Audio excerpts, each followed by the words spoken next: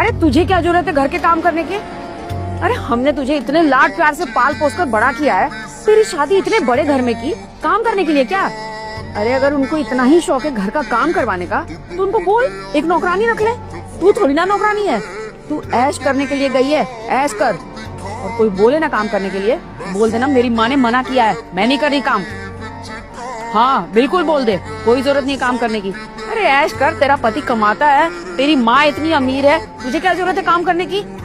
और अगर तुझे काम करना ही है ना बेटा, तो सिर्फ अपने पति का काम कर। ये सास ससुर ननद देवर, इनका काम करने की क्या जरूरत है? कोई जरूरत नहीं इनकी काम करने की। माँ जी,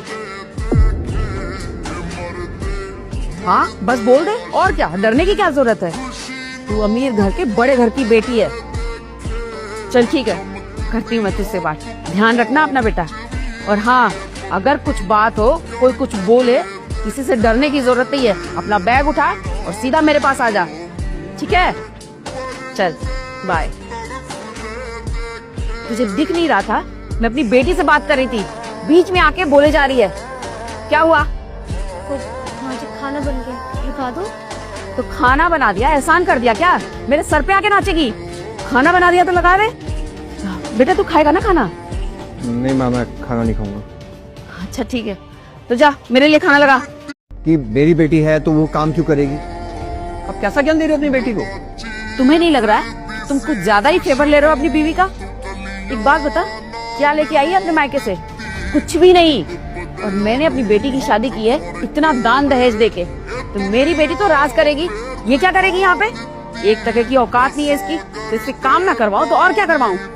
हाँ एक बात बताओ मुझे, ऐसा कहाँ लिखा हुआ है कि जो लड़की घर में दहेज लेकर आएगी वही रानी बन के रहेगी, और जो दहेज लेके नहीं आएगी वो नौकरानी की जिंदगी जिएगी?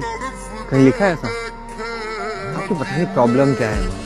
इतना पैसों का घमंड क्यों दिखा रही हो आप?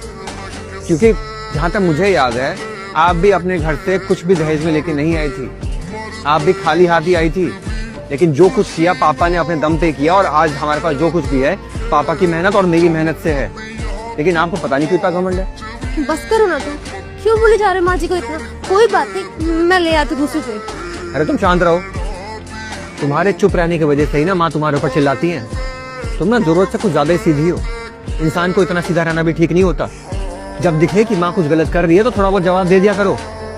जब से देखा बस हंसी आ रही है। और मैं चुप इसीलिए था क्योंकि मुझे लगता था कि घर में सब कुछ धीरे धीरे ठीक हो जाएगा, लेकिन नहीं, माँ माने तब ना। वाह बेटा, बहुत बढ़िया कर रहे हो। ये तुम कर रहे हो ना, ये मुझे पहले से पता था।